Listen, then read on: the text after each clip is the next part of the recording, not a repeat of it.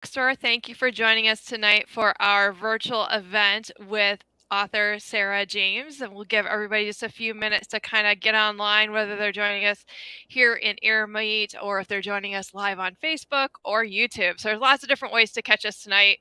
And we're excited to have this conversation. And one of my good friends and author, Mindy Carlson, just said hi in the chat. Hi, Mindy. Glad you could join us tonight. She posted something on Instagram about your book, Sarah, so yeah. she's excited. Yeah, Mindy and I are virtual acquaintances. Awesome. That's great. Small world. Yeah. So for those of you who are not familiar with Swamp Fox Bookstore, we are a small independent bookstore in eastern Iowa, located in Marion, Iowa. We opened in July of 2020, and we have about 360 square feet, and you can learn more about our shop and order Sarah's amazing book, The Woman with Two Shadows, at swampfoxbookstore.com. We ship nationwide, and so we would love to get you a copy if you don't have a copy and haven't read it yet, because it's absolutely amazing. I loved every minute of it, and I'm so excited to be talking to you tonight, Sarah. That's awesome. That's so nice to hear. So welcome virtually to Iowa. We're excited, like I said, to have you with us. Just a little bit about Sarah, and Sarah is a train enthusiast, as I found out from the map behind her, a bird watcher, and former theater kid. So am I. Her debut novel, The Woman with Two Shadows, just came out last week from Source Books. And in addition to writing historical fiction, Sarah is a humor writer and editor of Slackjaw, Medium's largest humor publication. She also covers culture, creativity, and technology as a freelance writer. She's a graduate of the USC MFA Writing for Screen and Television program and received a BA in American Studies from Fordham University. And she currently lives in Los Angeles with her cat, Lucille. Lucille, my cat, Simon, and Celine say hello. Lucille might make an appearance if she wakes up and decides it's dinner time. We'll see. Well, hopefully, we'd love to see her. Simon can get annoying when I'm on a virtual event, so I've closed the door. He has a tendency to come in and start chewing on cords. And one time when I was in the early days of the pandemic, I had my headset on during a book club, and he chewed through the cord on my headphones. So it was Simon. It was pretty crazy. Oh, kittens. Oh, was he a baby? He was, and he was our pandemic cat. So we lost a cat in the pandemic, and we adopted him to bring him into our family, because we have to have two cats, one for my husband and one for me. Of course. That's just math. Yes. Otherwise, they get kind of possessive. So like I said, we're excited to have you here tonight. I do have questions for you, but if there's anybody online, whether you're on Facebook or here on Earmeet with us, just drop your questions in the chat, and I'll pull them in as I see them or as it fits into our conversation. We'd love to hear from everybody and what questions you have for Sarah about her writing and about her book. So, Sarah, what's the day in the life of author Sarah James look like for you? And so there's no pattern. Part of my life, I freelance. I also have a part-time job. So like every day is different. So today I just spent my entire day in front of the computer, but a lot of days I live in Southern California. So the weather's nice all the time. So I do a lot of hiking, riding my bike, just kind of exploring the city on the train or on the bus. I go to the movies a lot, and sometimes I write a book. Activity. So where did you get the inspiration for The Woman with Two Shadows? I've always been really fascinated with the Manhattan Project just as a historical event. It's always really interested me. And then I found out about Oak Ridge, Tennessee, which is where The Woman with Two Shadows is set. And that was kind of like the secondary location of where the Manhattan Project was located. You had in New Mexico, you had all the big important scientists, doing science or whatever. This is my representation of that. And then over in Tennessee, you had kind of the people who were actually making the materials to go in the bomb. So and that just seemed like a really like interesting place to set a story for me, because it's like all these people who had no idea what they're doing, kind of living in this secret town all together. A lot of them were like very young women. So there's like kind of that like almost like college atmosphere to it. Like we're all like in the dormitory together. Like Oak Ridge had, it was like a fully functioning city. It had like entertainment options and food and shopping and houses and buildings and apartments and schools and libraries and churches, and all of that like contained in like its own little world was really, that was really interesting to me. I definitely wanted to set a story there. What I found unique about your story versus other ones that I've set, a couple of other ones that I've read that have been set in the Tennessee, in this complex in Tennessee, was it was really more about the ethics of the research that was being done there and the two different ways of looking at it. How did you decide to tackle it that way?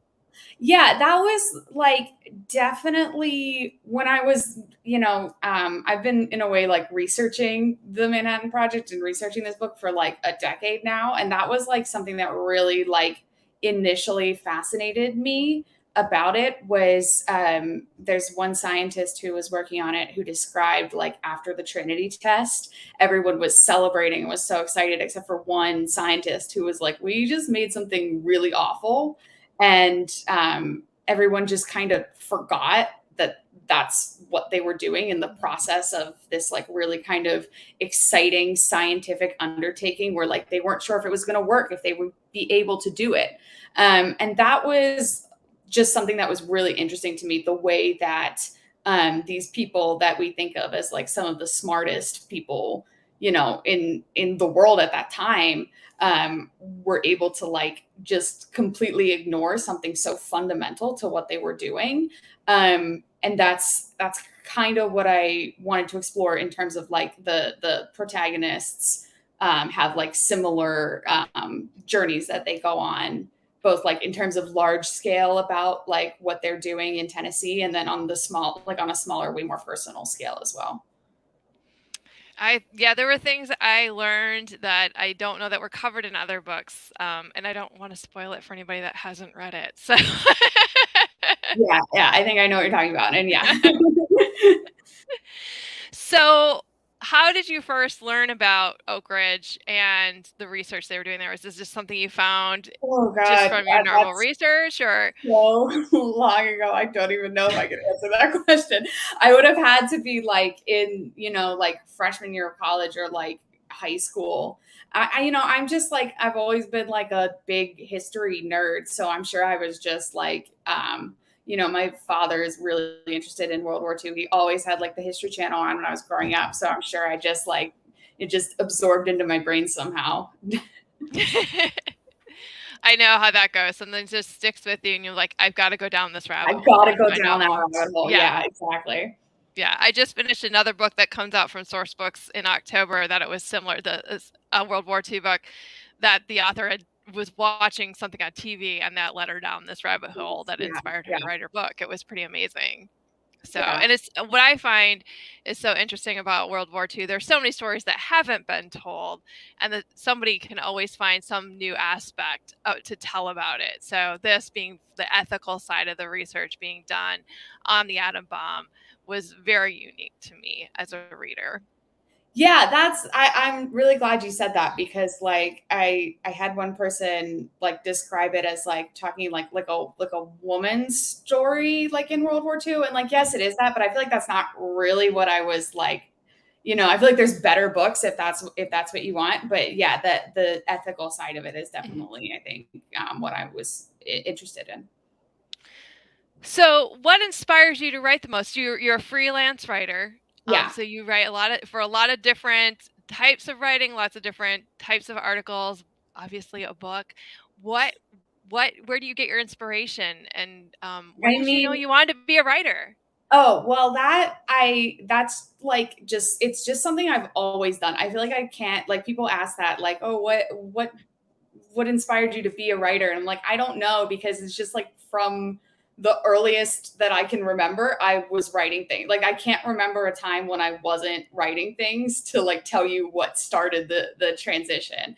I was always like growing up like in my room, like writing my little Lord of the Rings fan fiction, getting in Awesome. fights online about like the elves didn't live there in the second age.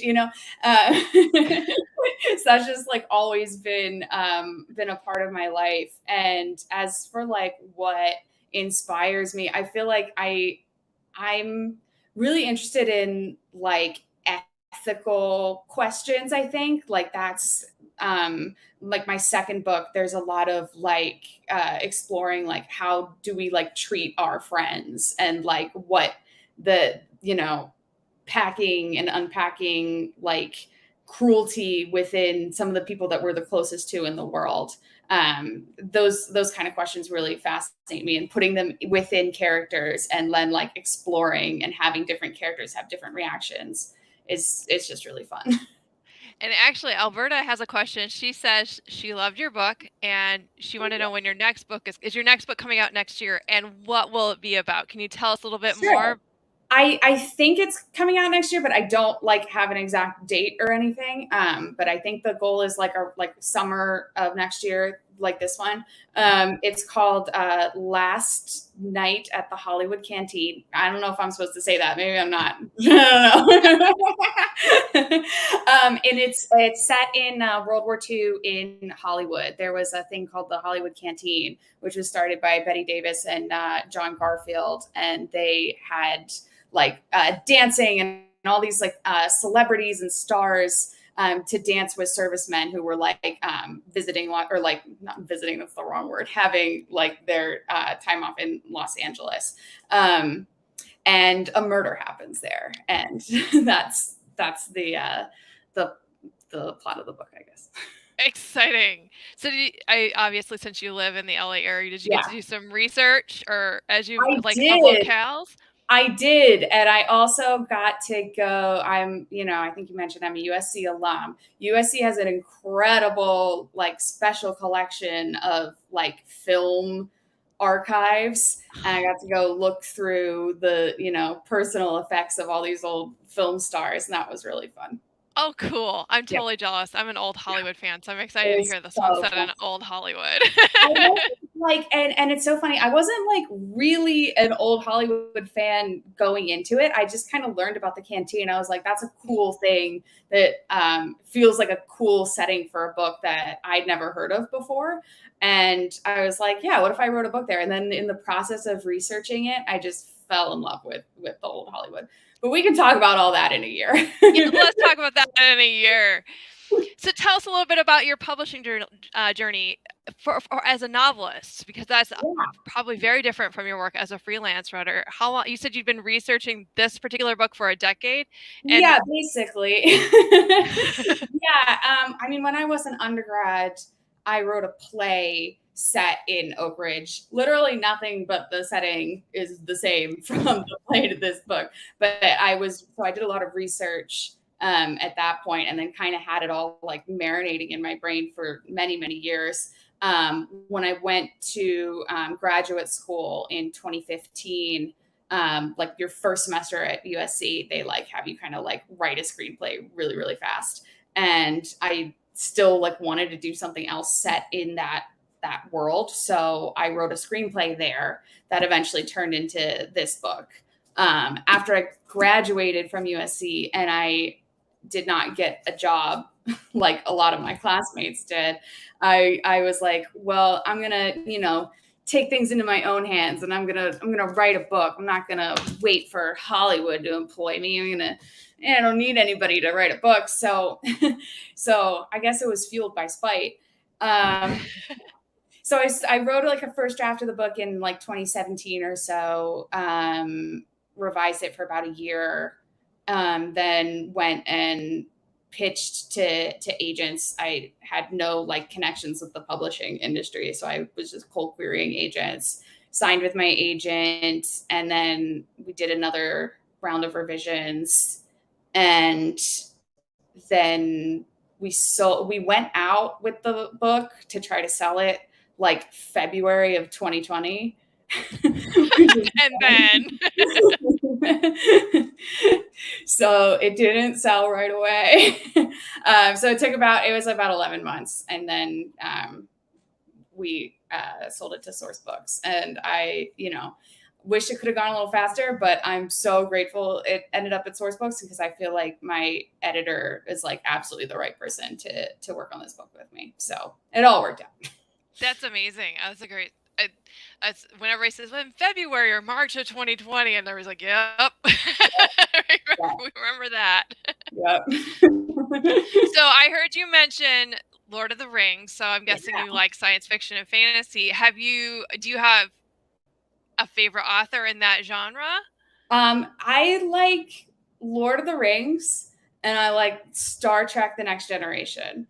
And I would say beyond that, my like sci-fi fantasy is like woefully I don't really read enough of that genre to be honest, but I love Lord of the Rings. Especially A if you're writing lot. fanfic. That's pretty amazing. That's pretty awesome. But I also So, think too, like when you get like Lord of the Rings is like that's like starting with like top shelf. You know what I mean? It's yeah, it really is. hard to like, pick up another random like world and you're like, oh, he didn't develop 10 different languages? Pass. Yeah. I mean, he has a whole history there. Yeah. It's its own world. That's what I find Yeah. amazing about Middle Earth is that it's the languages, the culture, it's all there, and there's tons of books all around it. It's so So well rounded. It's crazy yeah. how Yeah. much detail is out Yeah. there that he Which had is working in great that for head. me as like a history nerd because it's like, ooh, I can like delve into all the history of this other world too. So, do you have a favorite historical fiction writer since that's what this novel is? That's a good question. I was thinking about that like all day today. I really like. I mean, I loved Kristen Hanna's book, The Nightingale, but I'm Mhm. like not really the kind of person to read a lot of books by one author, even if I really enjoy. Like, I loved that book. I cried at the end of it, and I I haven't did read a too. single other one of her books, which I feel like I should because I probably enjoy them. But I'm more of like a I'll read like one of a bunch of different people. So I don't know that I have like a favorite author, but that's definitely, I think, my favorite historical fiction book for sure. Oh yes, that's one of mine. It started me out down this rabbit hole of women during war times or difficult times doing unusual things like, Yeah, yeah, being a spy, working for the yeah, resistance, flying planes. So yeah, it's usually what I'm looking for when I'm looking for a historical fiction novel is a woman or women doing something sort of yeah, atypical for the time or a hidden piece of history in a yeah. sense too. So Mindy has a question. She says your hero is a twin. How did you go about researching and exploring the special closeness that is inherent in twins, even when they have completely opposite personalities, which your twins definitely have Yes, they completely definitely do. opposite personalities? I guess I didn't do like specific research. I just kind of observed one of my close friends is a twin, and I met him in my screenwriting program, and his twin was like a physicist. So I just kind of observed and stole their lives. Yes, Put it in my they're book. the inspiration. Yeah, yeah. Yeah, so I didn't really like do kind of academic research for it. I think it's really interesting how when that friend like read parts of my book, he was like it made me sick because like the thought of it just seems to him like his twin is like an extension of himself in a way that I don't. I mean, I'm an only child, so I don't have any sibling relationships to draw on here. But like that that dynamic doesn't exist in my that I don't observe in my friends that have just like a regular brother or sister. And I think that's because my main character, in a way, she's very like I it sounds harsher than I think I mean it to say like self-centered and like self-absorbed, but she is, and she sees kind of like everything as an extension of herself. So to play on that dynamic was interesting and fun. It's interesting to watch her change as she goes to find out what happens to her sister. Yeah, yeah. In a way, it's like kind of like a coming of age story, you know, because I feel like that's like the age, she's like 21 in the book. And I feel like that's the age where you like start to be like, oh, other people have their own things going on that have nothing to do with me. Weird. And the fact that she, because when you start, they are very different people and very distinct personalities between Hmm. Lillian and Eleanor. And what I found interesting is like grows to sort of appreciate um, her twin sister as she as she learns about her life in Oak Ridge. And Yeah, yeah. Yeah, so that was like, so a main part of the book is Lillian, in order to investigate Eleanor's disappearance, is she pretends to be Eleanor, and um, that was just a really interesting thing to, you know, like I have like scenes where she's like, you know, Lillian doesn't curl her hair, but Eleanor does. She's like figure out how to do like the curlers and stuff, and sort makeup. of things. Yeah, makeup. Yeah, yeah, flirting, like all these things that her sister does that she doesn't do. I think it like gives her a more well-rounded look into her sister's life. That it wasn't because I think she sees her sister as frivolous because she's an actress and Hmm. doesn't have the future real. She doesn't see her sister's future as being, I don't know, as good as hers maybe because she plans to go to Harvard and Yeah, be an yeah. academic. Yeah, and I think it's just like, you know, she doesn't even mean it in like a derogatory or like a mean way. She's just like, this is, you know, you're an actress now, but you're probably gonna like get married in like a year or two and start having kids and have a family, and that's just gonna be your life. And that's just like in Lillian's mind, objectively less important than what I'm going to do, which is like go be a physicist and like study the world and like maybe improve society, you know. And she doesn't really um, comprehend how like maybe that's not the objective truth of the world, that's just her opinion. There are other ways to improve the world Yes, just besides yes, science. yeah, yeah. So we actually have a couple questions in comments. So Ron says, "What tips can you give me? I'd like to start to write a book. Where do I start?" um I mean, I think the hardest thing about writing a book is that you have to write a book. So just write. Like, you know, there's some people who are like, write every day. Like, I don't think you have to do that, but you just have to write. Like, at least like for me, like I can't, I'm terrible at outlining. Like, I know there's people who will be like, you know, fill out your like character sheets.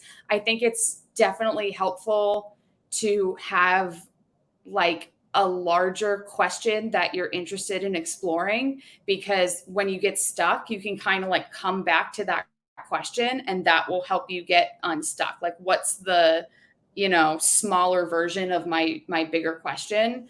Um, but there's like no, you know, trick to just typing. It sucks, but you know, that's the best tip. Unfortunately, I wish there were a better tip. I also know some authors that prefer to write things out longhand. So I know that that's helpful for some of them as well. That is not me because I am lazy. So there's a there's another question. It says, "Is there a historical event you're thinking about or hoping to write about someday?" And then in parentheses says, "Hi, it's Andy." Hi, Andy. um, yeah, there's like a few. In like researching this, I'm just going to talk about like old Hollywood all over the place, really building up the hype for book two. Um, while I was researching book two and learning about old Hollywood, on like the MGM lot in like the 40s and 50s, they had like a schoolhouse where all the child actors would go to like, like do their school during the day when they weren't on set. And I was like, God, I want to write a book set in the schoolhouse about all the child actors at school. That's absolutely like something that I filed away in my brain.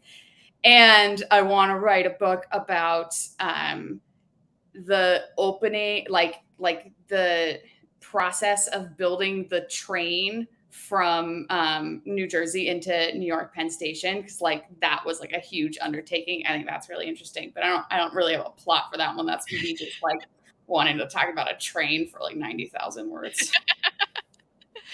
So you should probably tell people what the map is, because that might help them a little bit. This Why? is my, it's a vintage, it's not actually vintage, but it's a reproduction of the Paris subway map from 19, I think it's 55. Um, I love trains, as is in my bio. That's awesome. So, are there any upcoming books that you're really excited and you'd like for us to recommend to keep an eye out for? My fellow agent sibling, Courtney Ellis, who wrote At Summer's End, which came out last year, she has a book coming out in like 2 weeks called The Forgotten Cottage that I'm like really excited to read. It looks absolutely beautiful. Awesome.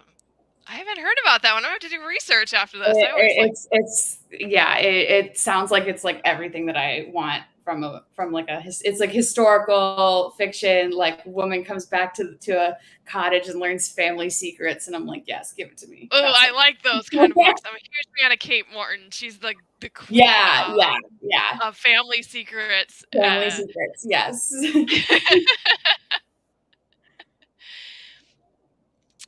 And what is one? This is my favorite question to ask people.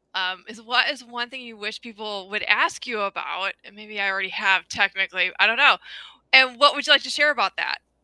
um I mean, trains, take the train. Here's actually like writing advice that is maybe a little bit more interesting than, I don't know, write words. I really think that like cars are terrible for writers. Like walk around your city or your neighborhood, take the bus, take the train, like because in a car you start at point A that you want to be, and you drive the way you want to go to the destination that you want to end up at. And you don't expose yourself to anything that's outside of what you have decided to expose yourself to. Like go for a walk that's like unplanned, and like let experiences that you didn't choose to have, interact with people you normally wouldn't interact with, like go to a store you normally wouldn't go to, like anything you can do to like spark new things in your brain is useful as a writer. And I get out of the car because it's not useful. It's my And spiel. my grandmother always had a rule: if you when you go on a road trip, you never come home the way you went. And the Yes, the best yes. story I have about that is when my husband and I took a road trip to South Dakota. We went out to Devil's Tower one day. We were at Mount Rushmore, and then we drove back a different way, and we ended up finding the best like diner with the best pie I've ever eaten in my entire life. The woman makes it fresh every day with lard in the crust, and she's got like 6 different varieties she's done. And if we Amazing. had gone back to our hotel in the interstate, we would have never You found it. never, you never got it. Yeah, yeah, that's exactly right. We have one more question in here. What is one unusual thing you learned during your research you didn't get to include in the book? Oh God, I have the worst memory. I have forgotten things that I did include in the book, so I'm not going to be able to answer that many. But that's a really good question. That is a good question. I'm going to file that one But away. I'll tweet at you if I think of something.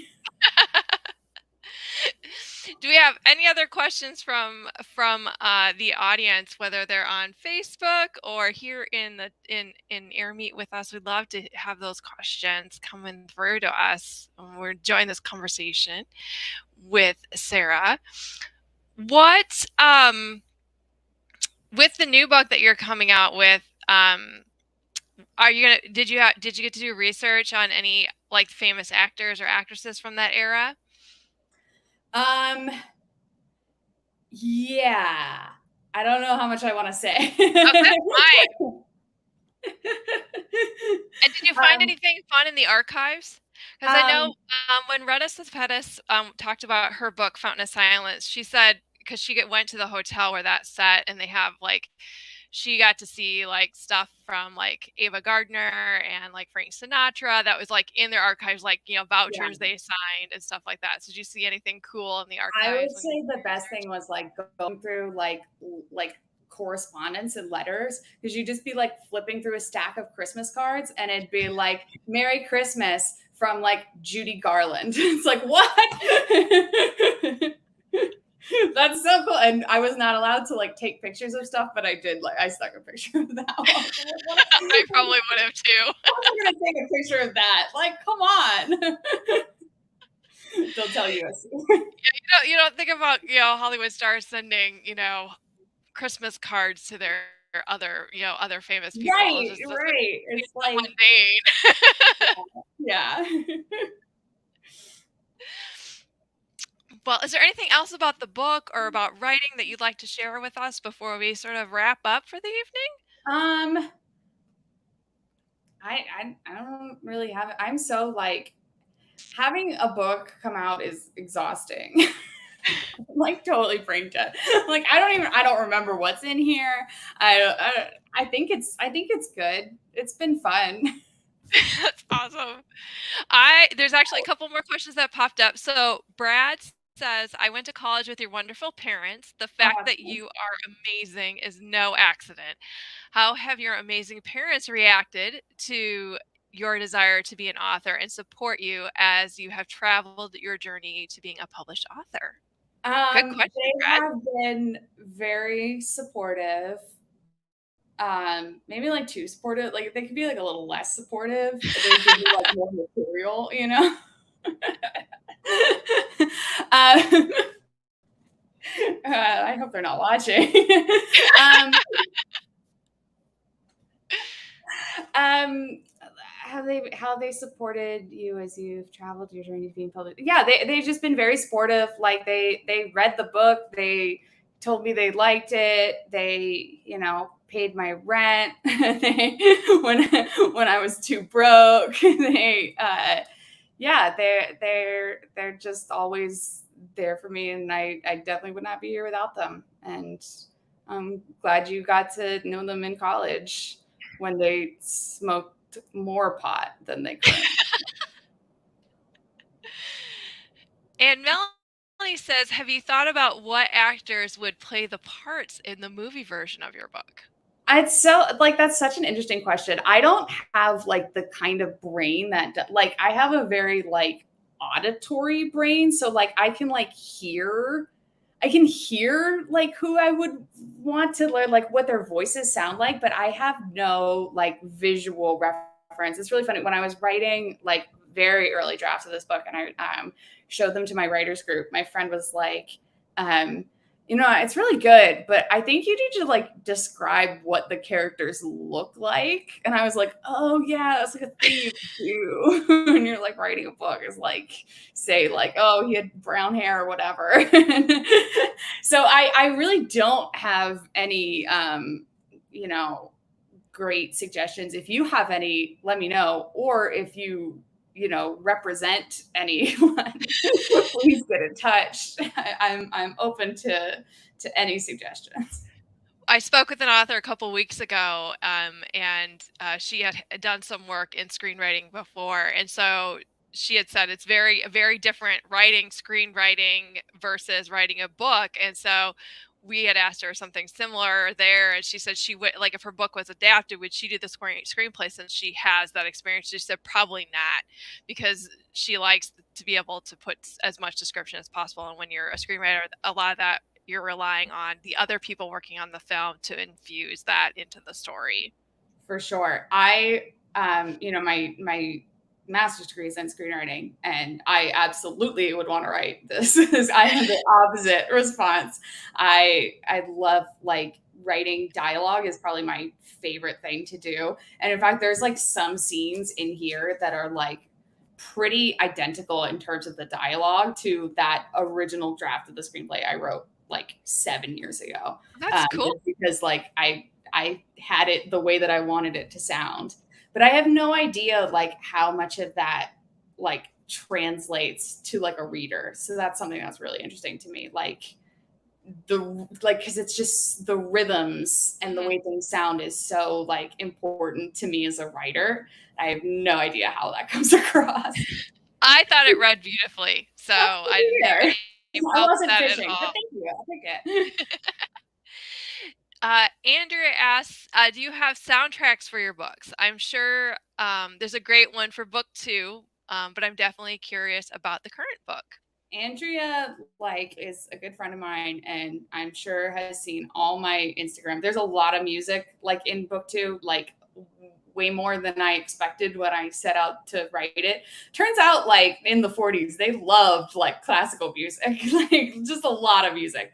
But for this book, I spent a lot of carousel plays heavily into it unexpectedly. So I listened to a lot of carousel while I was writing it. I listened to a lot of Andrea. You specifically will appreciate this. The Follies National Theater revival, the one with Philip Quast. I listened to a lot of that.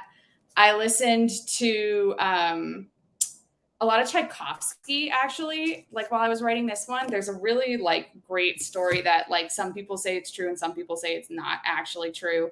I don't I'm not here to make a judgment, but during the Trinity test, some of the scientists were saying that they couldn't get the radio feed.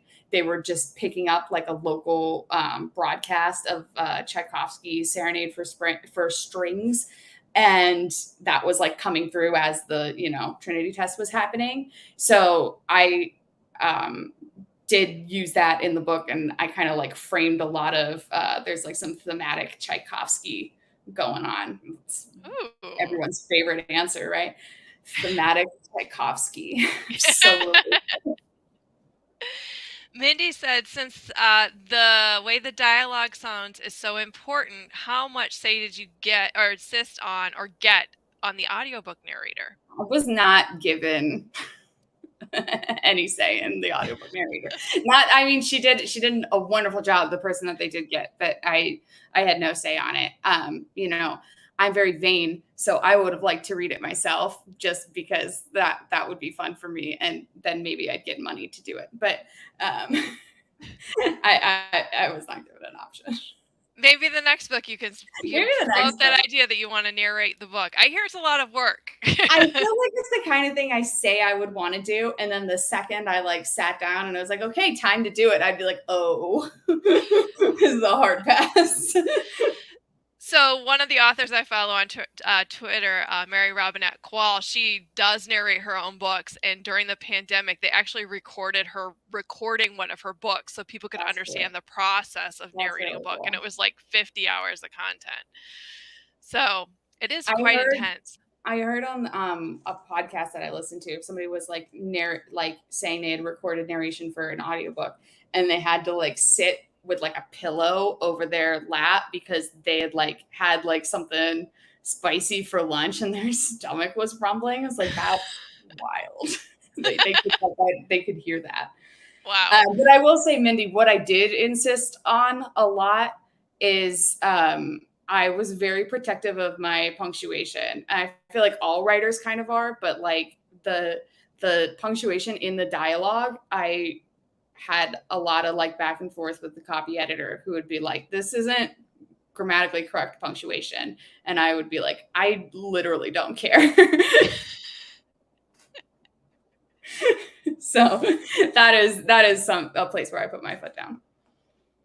Like every author has something, whether it's Yes, the yes, cover or the title, for something the way sure. they wrote it. I can Yeah, remember um, one of my friends, I gave her, I'm from Minnesota originally, and she wrote a book set in Minnesota, and I said, I loved your book. I believe the characters, except for the fact that the woman from Minnesota called it a casserole. We all call it a hot dish. It said, yeah, but most people don't understand that. So we had to say casserole instead of That hot is dish. true. I had a similar thing. My main character is from New York, and everyone there says online, like you're waiting online, not waiting in line. Hmm. They maybe change that too for the same reason. They'll be like, for most people, it's going to look like a typo. And I was like, that's fair, but it does, it does kind of eke at me a little bit. Yeah, just those things, Yeah, those little yeah. things, that for clarification, we have to say it this way. So, Right, right.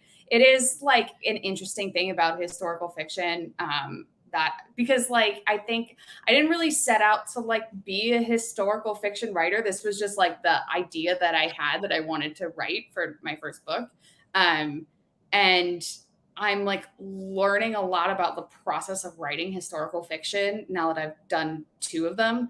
And so much of it is like for me as like history fan and also a big perfectionist, like I'm always inclined to like make it as like historically accurate as possible. Like I want to like win like best like history, like I want to write something that like somebody from like 1945 could pick up and read and be like, yes, this is representative of my time period. But you have to write to what people today think of 1945, because you're not actually writing for people from 1945, you're writing for people right now. So it's just something really interesting that I'm constantly always like struggling with, I guess.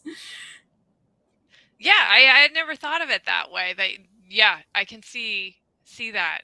That makes a big difference in how you write and approach the research that you do, right? Like you have to like explain, like if something was done differently, then you kind of have to like explain that a little bit more than you necessarily would need to explain it if like, my hypothetical scenario of a time traveling person who just wants to read the latest fiction novels.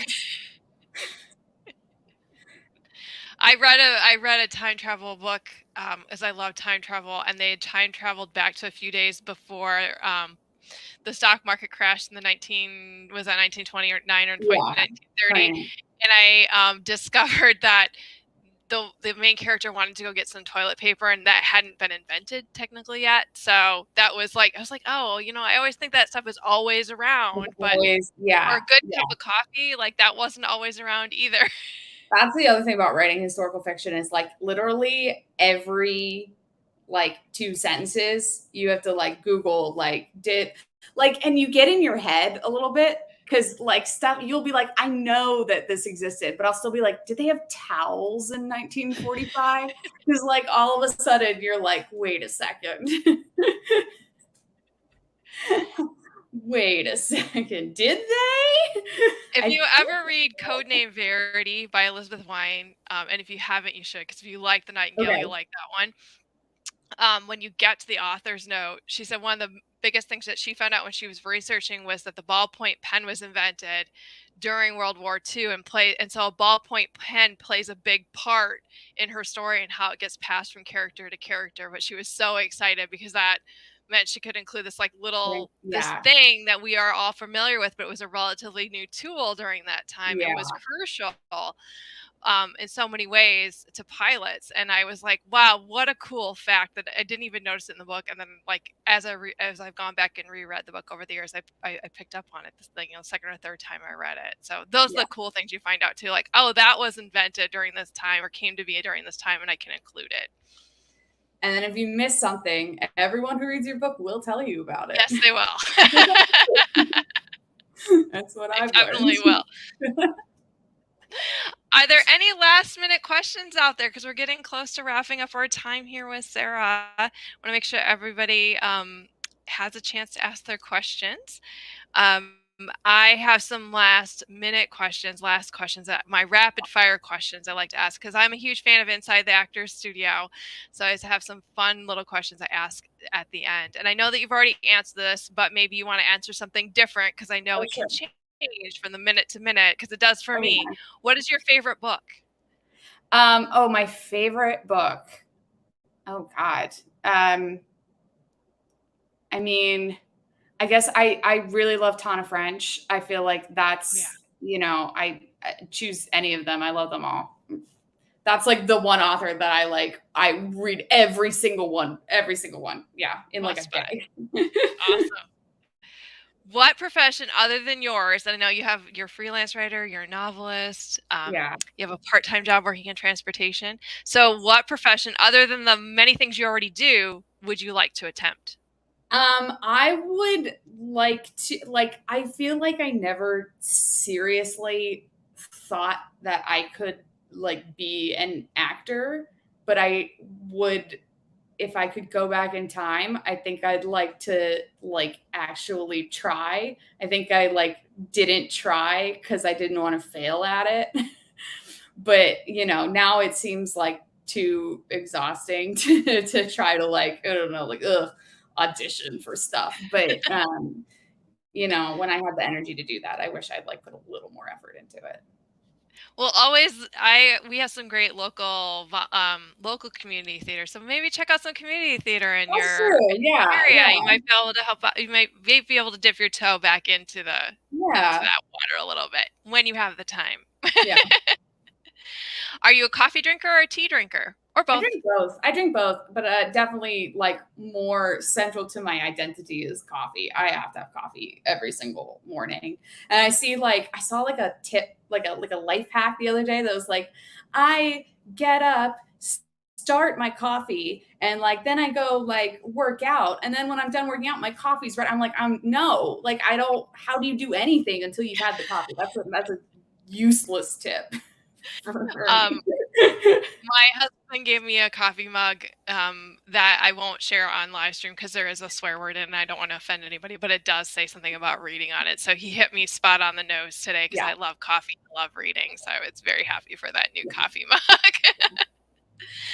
Dogs or cats, which we probably already know Yeah. this from your bio, cats. Yeah. Yeah. This is the big one. This is the big debate in every house. And when I asked this question to an author, when we first started doing virtual events, he didn't know the answer, but his wife was on, and she answered for him via chat. So, toilet paper, do you go over or under when you load Here's it? my scorching hot take. Get ready. I couldn't care less. Couldn't care less. Whichever way it's on when I happen to put it on does not matter to me. Also, I mean, I live alone, so I don't have anyone to piss off about it. But yeah, couldn't go. And of course, Lucille doesn't care. Yeah, yeah, yeah.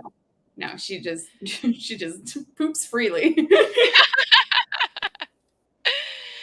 So, books, do you like physical books, electronic ones, ebooks, or audiobooks, or do you like them all? Is there any I like way you them prefer to all. read? I will say I like the e-reader for like the portability. It's really nice to not have to like carry around a physical book, but I like them all. I love an audiobook. I like an audiobook if it's like especially I have a hard time with like fiction audiobooks. But like a biography or like an autobiography, I love an audiobook for that for sure. Yeah, if you like Paris, I listened to one called I think it was Dinner for One by Satania Dakris. She was a New Yorker that met a French man, went had a long distance relationship with him, and then moved to Paris Oh and got wow. married, and then got divorced shortly after they got married. So it's about how cooking for herself in Paris pretty much saved her. It Wow. was really good. She has a podcast, which I didn't know, so it was really really fun to listen to. I'll check that out. That Yeah. sounds really interesting. Do that for us. And my last question is, if heaven exists, what would you like to hear when you cross over? I would like to hear that all of my childhood cats are there and they're waiting for me and I can snuggle them all. Oh, I would love that too. I have a lot of cats that are from my life growing up. Yeah, So I yeah. I just want appreciate that. all my kitty cats. Want to be surrounded by cats. Sounds amazing. Well, thank you, Sarah, for doing this event with Thank us you so tonight. much. This is so fun. We're really excited for the Woman with Two Shadows, and I hope we can do this again when the Yes, next book yes. comes out. Because, like I said, I love old Hollywood, so I would. And I can't I can't see the poster behind me, but it is of Audrey Hepburn. So, so if there's anybody more classic Hollywood than that, that's one of Yeah, the that's many, but good. I love her a lot. So we look forward to it. Thank you for your time tonight. You can grab The Woman from Two Shadows from your local independent bookstore or from swampfoxbookstore.com. Thank you for coming tonight. See everybody soon. Thank you.